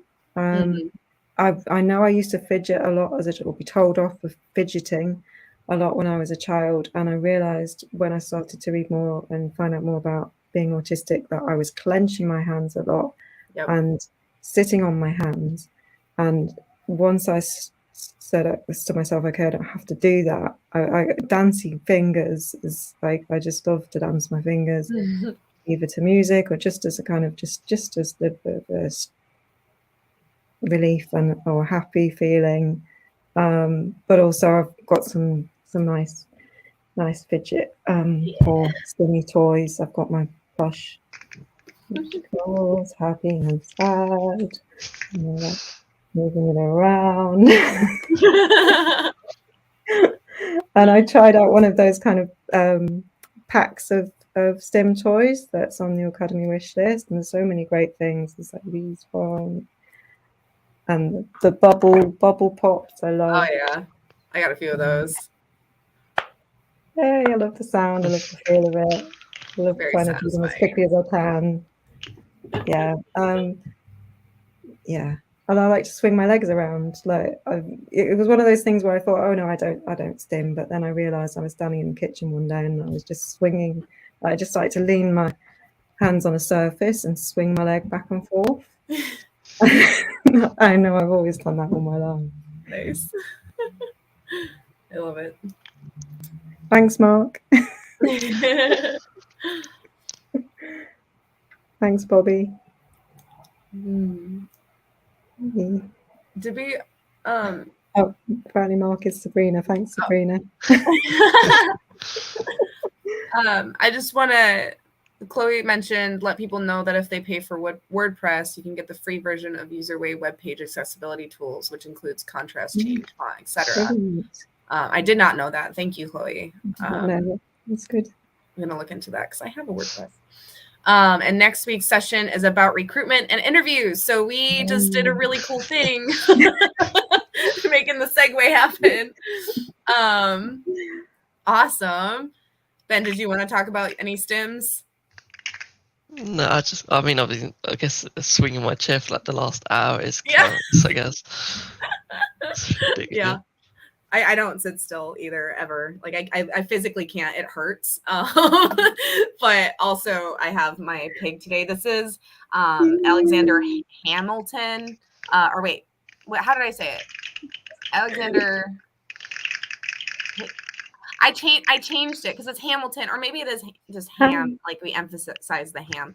But I love him because I can loop my fingers through his ears and just like do the spins, and it's really good for like clenching and squeezing, so I can like engage my upper body and get some of that, like, I don't know what to call it. It's like, it's not anxiety, but tension. Yeah, like I have to release. It feels like I'm vibrating in my arms, and I have to like do that to get rid of it.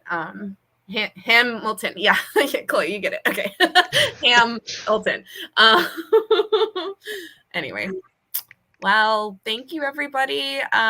We'll see you next Saturday for the recruitment and interview session. I don't know who is leading that, but it'll be great either way, because it is every time. And yeah, all right, I guess we'll sign off. Sounds good. Thank you for having me. Thank you, Angela, so much. Thank you. This was wonderful. Have a great week, everybody. Bye.